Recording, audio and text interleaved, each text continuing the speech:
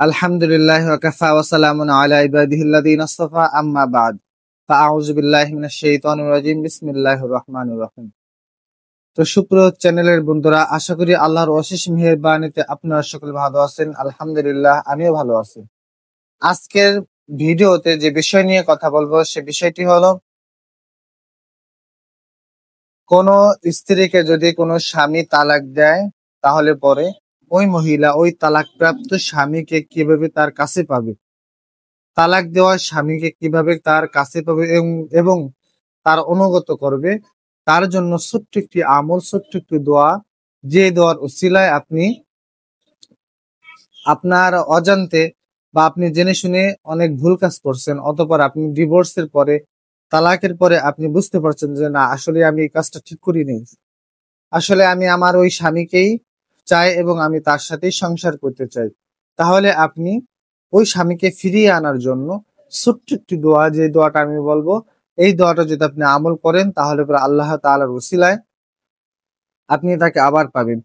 এই তালাকপ্রাপ্ত স্বামীকে আনার জন্য অনেক অনেক তাবিজ এবং দোয়া আছে। আপনারা সকলে যারা আমার ভিডিওটি দেখতেছেন তারা সকলে এই চ্যানেলটি সাবস্ক্রাইব করে রাখবেন, যাতে করে পরবর্তী ভিডিও আপনারা অবশ্যই পান এবং আপনাদের প্রয়োজনীয় সব ভিডিও আমি ইনশাল্লাহ দেব। আপনারা কমেন্ট বক্সে জানাবেন যে ভাইয়া আসলে কিরকম ভিডিও, এরকম ভিডিওর দরকার, আপনি এই ভিডিওগুলো আমাকে দেন, আমাদেরকে উপহার দেন, যাতে করে আমরা এই ভিডিওর দ্বারায় এবং এই আমলের ধারা আমরা উপকৃত হই। তো প্রিয় ভাই এবং বোনেরা, কথা না বাড়িয়ে আমাদের মেইন কথায় চলে যাই।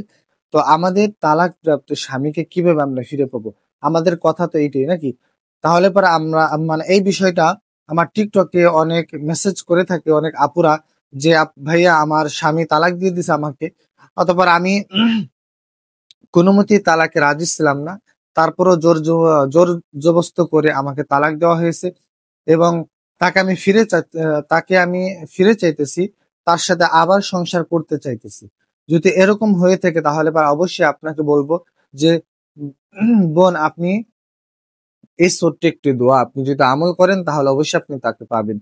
তো সর্বোপরি কথা হলো যে আপনি যদি তাকে পাইতে চান, আপনার তালাকপ্রাপ্ত স্বামীকে যদি আপনি পাইতে চান, তাহলে অবশ্যই আপনি ৫ ওয়াক্ত নামাজ পড়তে হবে, অথবা ৫ ওয়াক্ত নামাজ শেষে আপনি হাত গুনে এই ছোট্ট একটি দোয়া বলবো, এই দোয়াটা আপনি হাত গুনে গুনে আপনি ৪১ বার পাঠ করবেন। হাত গুনে গুনে আপনি ৪১ বার পাঠ করবেন নামাজ শেষে, ফরজ নামাজ শেষে, ৫ ওয়াক্ত নামাজ শেষে, ফরজ নামাজ শেষে, ৫ ওয়াক্ত নামাজ শেষে ৪১ বার এরকম কর গুনে বলবেন।